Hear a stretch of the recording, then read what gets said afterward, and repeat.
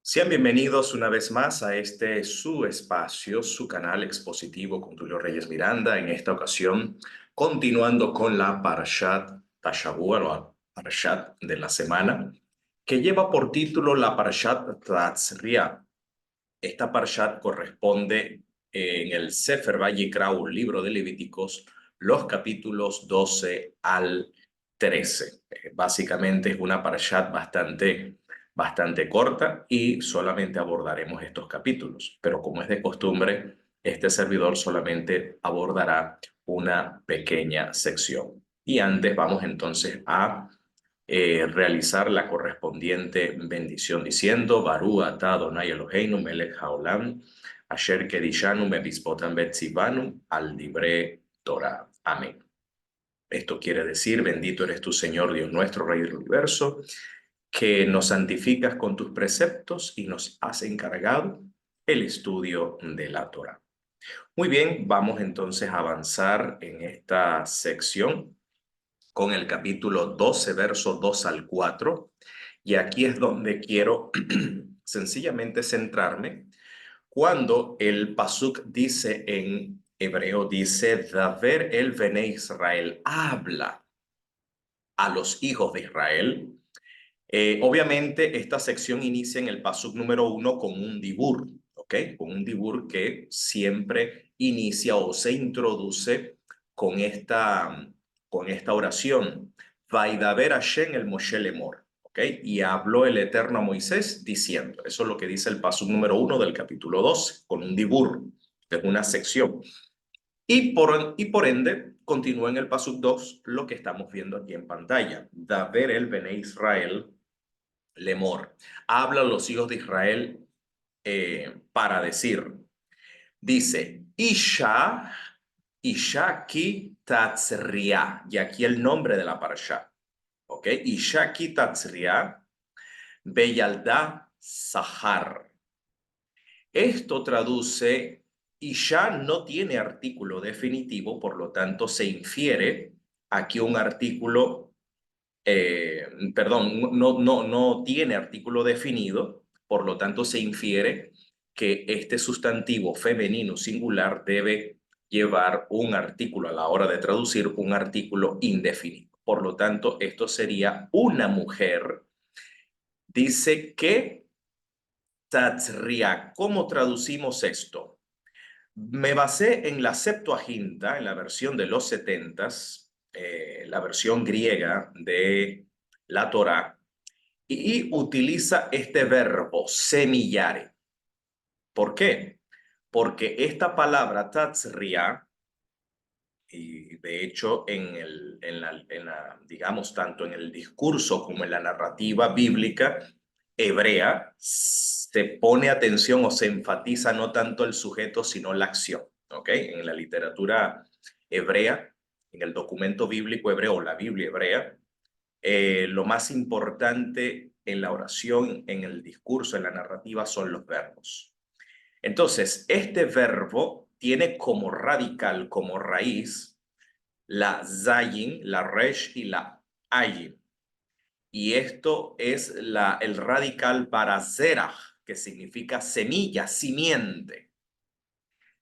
Pero este verbo está conjugado en su forma, en su estado imperfecto, en un estado imperfecto, pero en su forma causativa jifil, femenino singular, obviamente tercera persona.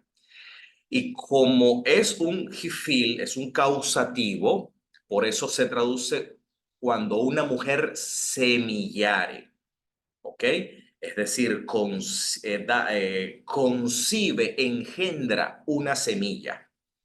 Obviamente la mujer por sí sola no es como una mata de mango, no es como una mata de parchita, que el árbol frutal pues semilla fruto. La mujer no tiene obviamente esa capacidad, requiere porque biológicamente el portador de la semilla en este caso es el varón.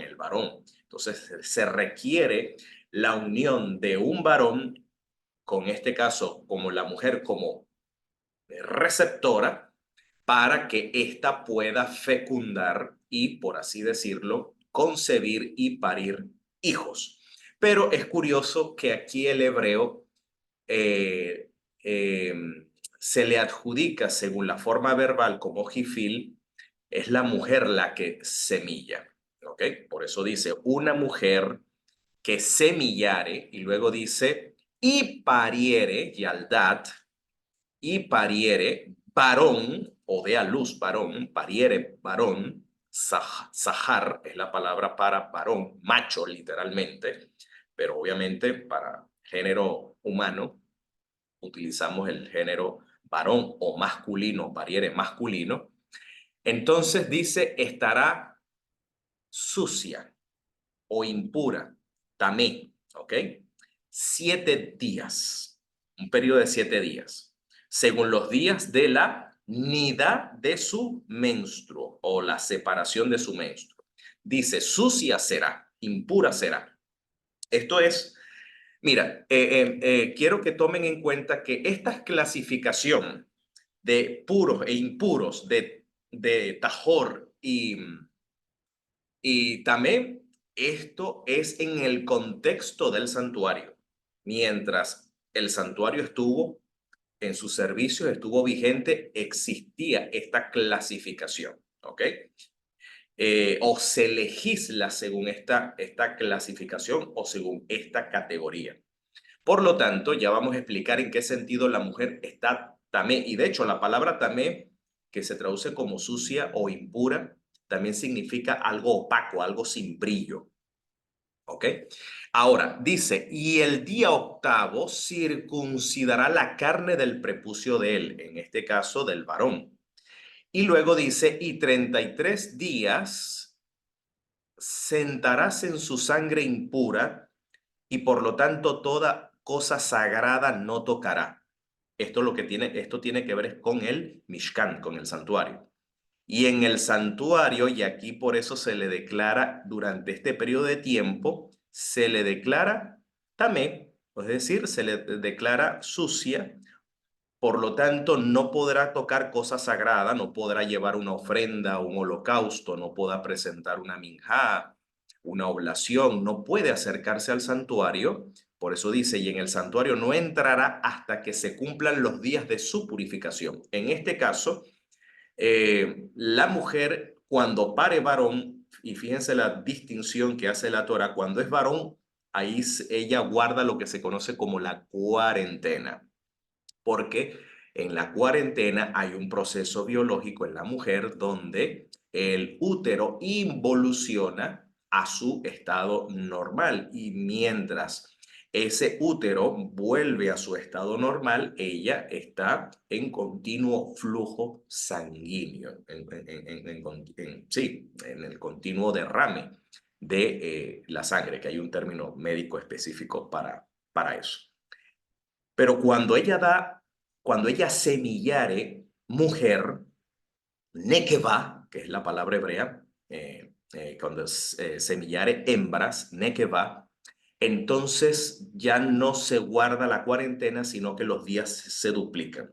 Ya son 80 días donde ella estará, pues, digamos, separada en no acercarse, en este caso, al santuario. ¿Por cuál es la diferencia? Pues yo he tratado de investigar todo lo que la tradición judía comenta al respecto y comentaristas, pero nos encontramos frente a lo que la tradición judía llama un hok o un hukim, es decir, una instrucción, un precepto que el Eterno ha dado, pero para la cual el Señor no ha dado una razón o una explicación lógica a nuestro entendimiento. ¿Ok?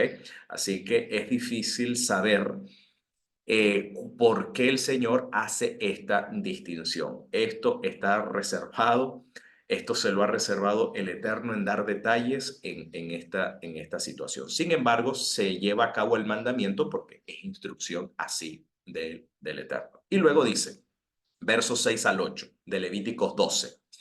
Y cuando se cumplieran los días de su purificación por hijo, la cuarentena o los 40 días, o por hija, los 80 días, Luego entonces allí sí puede ofrecer, puede acercarse al santuario. Ya no está en la condición tamé, sino que ya inicia un proceso de tojorá, de purificación, donde ofrecerá cordero de año, ¿ok? Un cordero de año. En realidad dice un se en el hebreo. Un se quiere decir una cría. Puede ser un cabrito, puede ser un corderito. Dice intachable, sin mancha, tamín, perfecto, que no tenga ningún defecto, ni que se le añada algo, que se le quite algo. Tamín, completo. Entonces, este debe ser ofrecido en holocausto, ¿ok? Y un palomino o tórtola por el error, por el jatá. Esto es interesante porque la pregunta es, ¿y qué pecado pudo haber cometido la mujer? No, al parecer, aquí el sacrificio por el het, por el error, tiende la intención de purificar, y esto lo podemos deducir, es una purificación ceremonial y lo podemos deducir por los verbos que más adelante va a emplear, porque dice, a la puerta del tabernáculo de reunión al sacerdote, y dice, y lo ofrecerá delante del Señor, y luego dice, y expiará por ella el sacerdote. La palabra hebrea que se utiliza para expiar es la palabra vejiper, y el verbo hiper es un verbo que literalmente significa quitar, remover. Es decir, si, a diferencia del verbo jafar, jafar es cubrir. Jafar significa poner una capa aislante o colocar una capa o algo que tape. Eso es jafar. Y en el ritual del santuario se utilizan ambos verbos, jafar y hiper.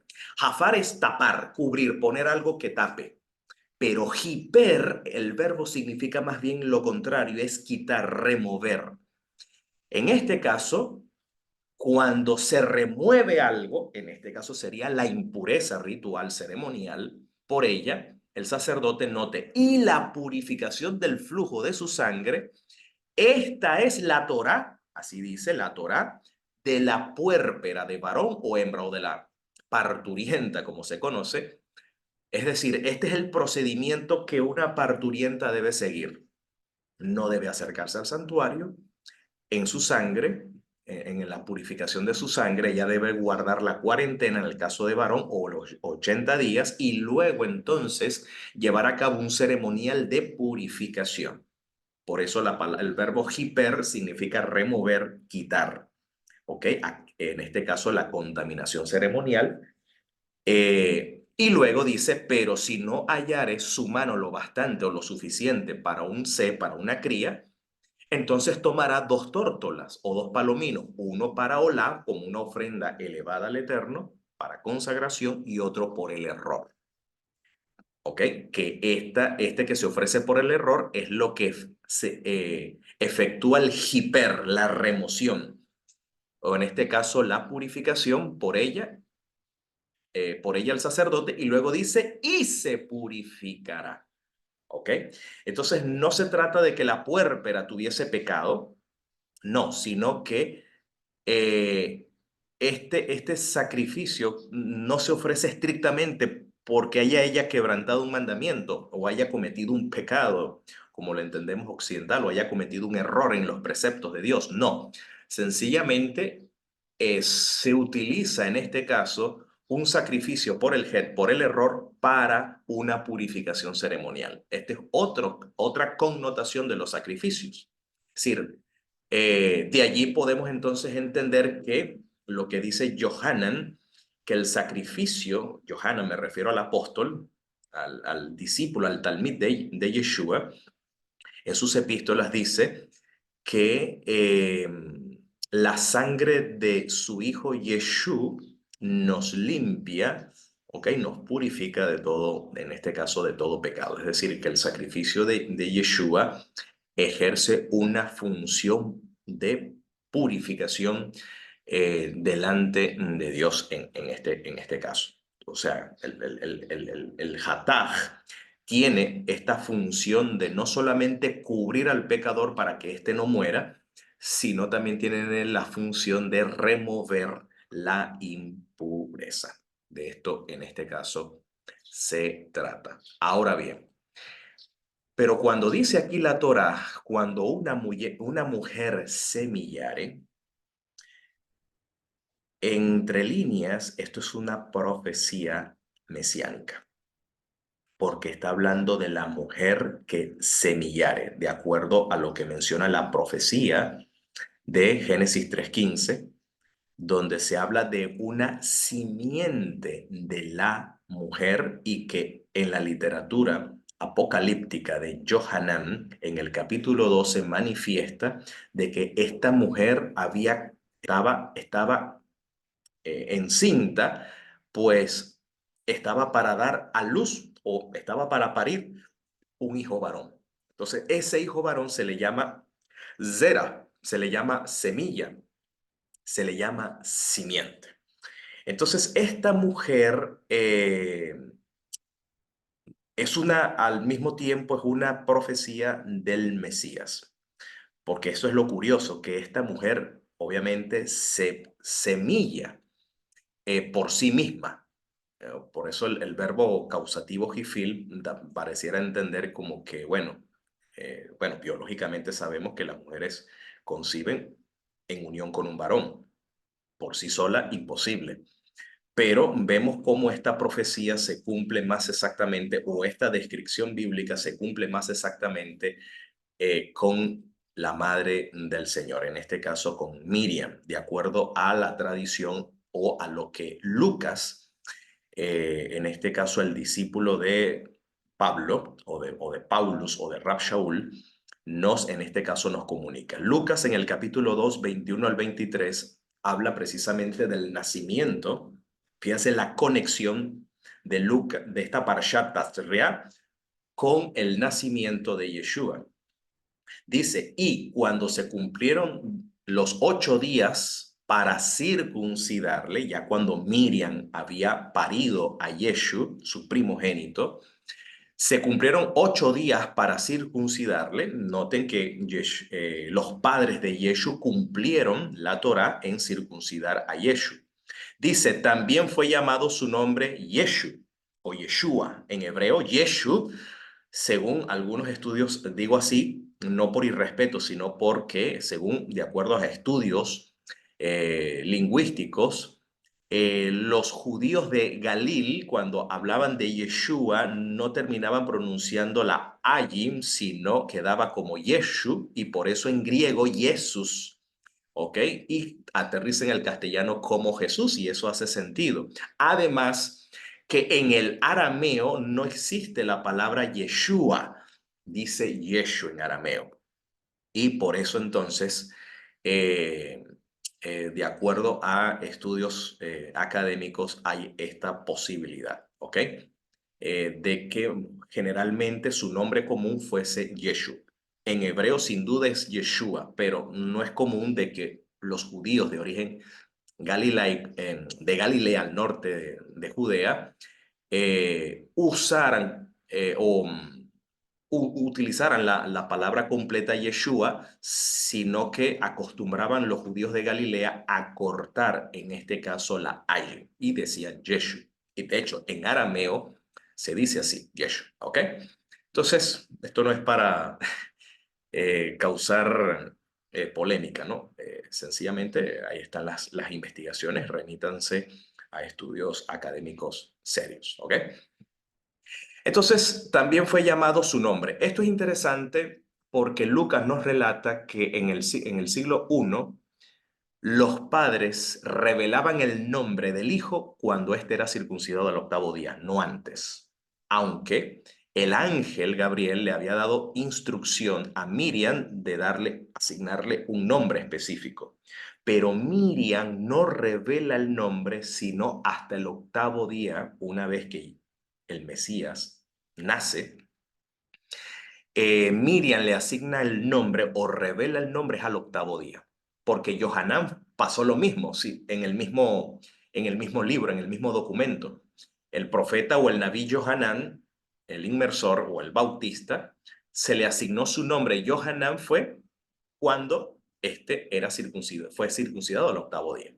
Entonces era costumbre entre los judíos revelar el nombre del hijo es al octavo día, como fue en este caso. Y luego dice, y cuando se cumplieron los días de la purificación, quiere decir, guardó la cuarentena, pero lo interesante es esta expresión, cuando se cumplieron los días de la purificación de ellos. Ahora, esta expresión de ellos, ¿a qué hace referencia? ¿Será que pareciera como que se refiriera a Joseph y a Miriam? Pero en la Torá específicamente es para la parturienta, no para el hombre, no para el marido. ¿Ok? Si leemos o comparamos con Levíticos 12, el marido es excluido de esta purificación. La purificación es específicamente para la que da luz, en este caso para la mujer. En este caso sería la purificación de ella. Otra posible explicación, porque no es lógico que aquí esta expresión, la purificación de ellos, se refiera a Joseph, cuando Joseph no tiene nada que ver con esta purificación, por lo menos no de manera directa. Eh, Otra posible explicación es que cuando diga de ellos, se cumplieron los días de la purificación de ellos, esto quiere decir de acuerdo a la costumbre de los judíos, ¿ok? De los judíos piadosos. Entonces, en este caso, algunos intérpretes hacen referencia a que esta expresión ellos se refiere a la costumbre del pueblo judío en guardar, en este caso, esta instrucción. Entonces, cuando se cumplieron los días de la purificación de ellos según la Torá de Moshe, entonces dice, subieron a Jerusalén, para presentar al Señor. Según está escrito en la Torá del Señor, todo masculino o todo macho, todo varón, que abriendo matriz, que abre matriz, o que está abriendo matriz, dice Kadosh, santo. Es decir, separado, apartado, es para el Señor, será llamado. Y para ofrecer sacrificio por dos razones. Uno, es decir, que Miriam y Yosef subieron a Jerusalén a presentar a Yeshua de acuerdo a la Torá de Moshe, porque era primogénito. ¿Ok? Era el primogénito. Y aquí se está cumpliendo un ceremonial para los primogénitos. Y en segundo lugar, para ofrecer sacrificio, ¿ok? Como lo especifica la Torá, según lo dicho por la Torá del Eterno, un par de tórtolas o dos paluminos. Aquí hay tres ceremonias que aquí se cumplen. ¿Ok?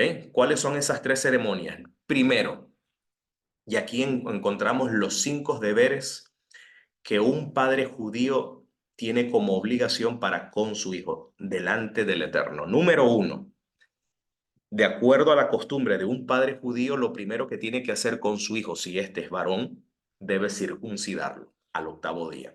Joseph cumple con esto en circuncidar a Yeshua el octavo día. Segundo, si es primogénito, debe cumplir con el ceremonial del Pidyon Haben, que significa el rescate o la redención del hijo. Este ceremonial lo encontramos especificado en el Sefer de Bemidbar o libro de Números, capítulo 18, versos 15 al 16. También está en el capítulo 3, versos 40 al 48. Pero cito este que es el más corto y es el más específico. Dice, todo lo que abriere vulva. Así es el hebreo es muy concreto, ¿ok? Todo lo que abriere vulva de toda carne, cuanto ofrece al Señor, de hombre a bestia, tuyo será. Empero, con rescate, rescatado será el primogénito. Con pidión, ¿ok? Con rescate se rescatará. El verbo que se utiliza, el término que se utiliza en hebreo es pidión. Hay otra palabra para rescate que es kofer. Ya lo hemos visto en otros comentarios. Pero aquí se utiliza la palabra pidión, rescate, en este caso para el primogénito de los hombres y lo primogénito de las bestias, las impuras, incluso como en este caso el burro o el asno, rescatarás. Ahora, Y el rescate de ellos, el pirión de ello, ¿cuándo se lleva a cabo? A partir de un mes, a los 30 días. A los 30 días. Y este precepto lo cumple el varón, el hombre. ¿Qué se debe hacer? Dice, su precio, 5 shekel, según el shekel del santuario. Esto lo cumplió Joseph. Quiere decir que al octavo día la circuncisión no es que iban al templo. No, la mujer no podía ir al templo. La mujer estaba en cuarentena. Era impura. ¿Ok? No, el niño era circuncidado. Eso pudo haber sido en la casa de la mujer o pudo haber sido, en este caso, cumplir con el ceremonial en la sinagoga. Joseph llevaba el niño, la mujer no puede acercarse porque está en la condición de nidad, está separada por 8 días, pero el padre lleva al niño para que éste sea circuncidado y el padre revela el nombre del niño. 30 días después, el hombre debe presentarse al santuario, debe presentarse al Señor para cumplir con esta mitzvah a los 30 días, al mes, llevar el precio del rescate, 5 shekels, según el shekel del santuario. ¿Ok? Y el tercer ritual, posterior a los 40 días de que la mujer se haya purificado, allí se presenta entonces el primogénito o el niño delante del Señor. El rito de presentación de niños se hacía en el santuario, porque en el santuario habitaba el Eterno, ¿ok? De acuerdo a la creencia judía, de acuerdo a lo que dice la Torá, en el santuario habita el Eterno, pues el pueblo debía visitar al Eterno, al santuario y presentar al niño, ¿ok? Luego que la mujer estuviese, hubiese cumplido con el ritual de purificación, ¿ok? Ahora, aquí podemos entonces ver que la mujer semilla, en este caso a Yeshua, Miriam, semilla a Yeshua, cumpliéndose así lo predicho por la Torá, eh, como Lucas en este caso nos relata. Dice, dijo el ángel a ella, no temas, Miriam, porque has hallado gem delante de Dios, has hallado gracia, que has hallado favor delante de Dios. Y mira, concebirás en vientre, ¿ok? Concebirás en vientre y parirás hijo y llamarás su nombre Yeshu, ¿ok? Este será grande. Y ven el león, hijo del Altísimo será llamado. Y darále el Señor Dios el trono de David su padre y reinará sobre la casa de Jacob por los siglos o por las edades y su reino no tendrá fin, no tendrá límites, no conocerá límites. Y dijo Miriam al ángel, ¿cómo será esto cuando varón no conozco? Lógico, porque para que una mujer pueda semillar, requiere unirse a un varón. ¿Ok? Por eso digo que esta sección de la Torá, de la Parshat Tatzriah, cuando una mujer semillare, ese texto, aunque sí en al nivel Peshat, a una lectura simple y llana dentro de su contexto, se refiere a una mujer general, cuando ésta concibe.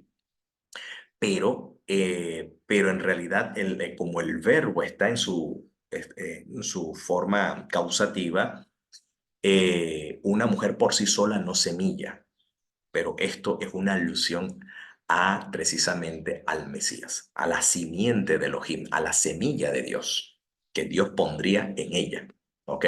Y de esa manera la mujer sería habilitada para semillar sin la asistencia o sin la ayuda, en este caso, de un varón. Por eso dice, Miriam pregunta, ¿cómo puede esto suceder? ¿Cómo puedo yo semillar semilla o cómo puedo yo concebir un hijo cuando varón no conozco?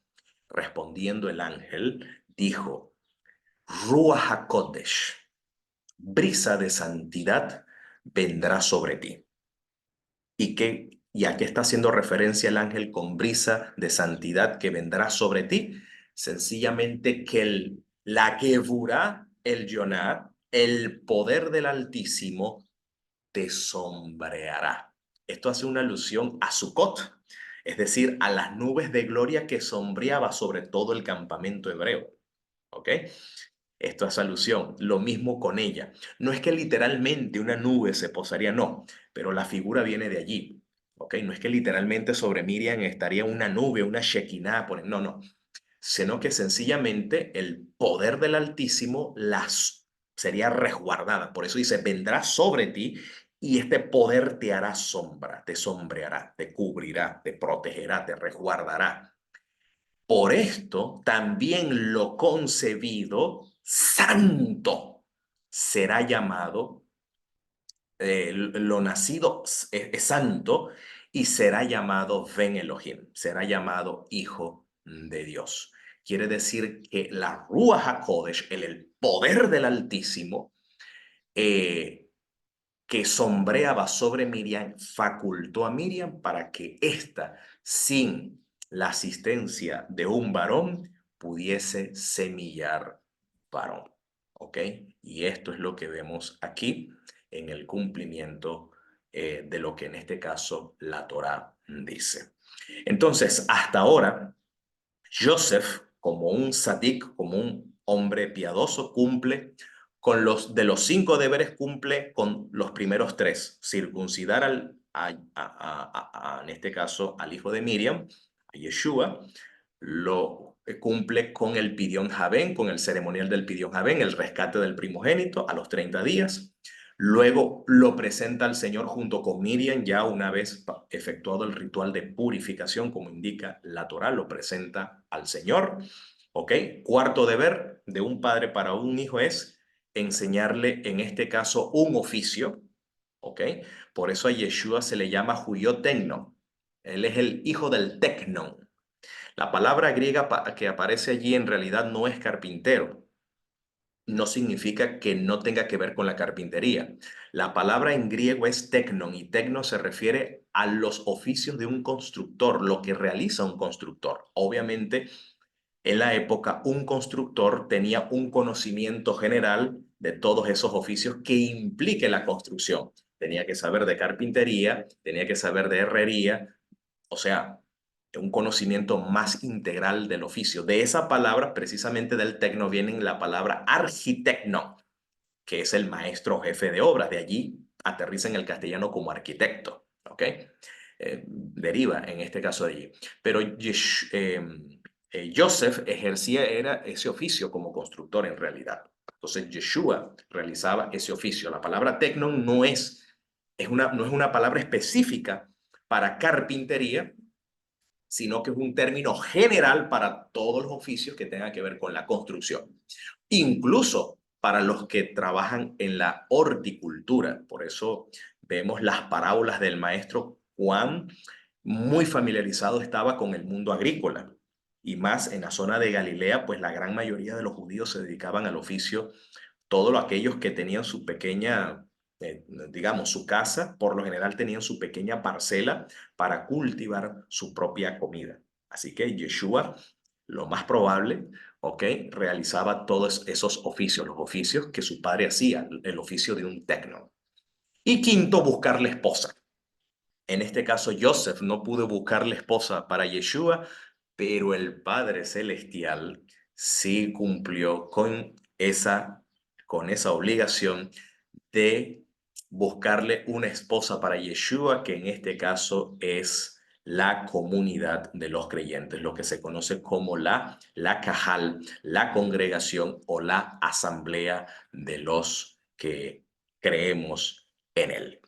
Así que mientras el Padre Celestial cumple este quinto deber de un padre para con su hijo, quiera también el Eterno enviarnos pronto al Mesías Yeshua y que sea en nuestros días y para ello podamos decir amén.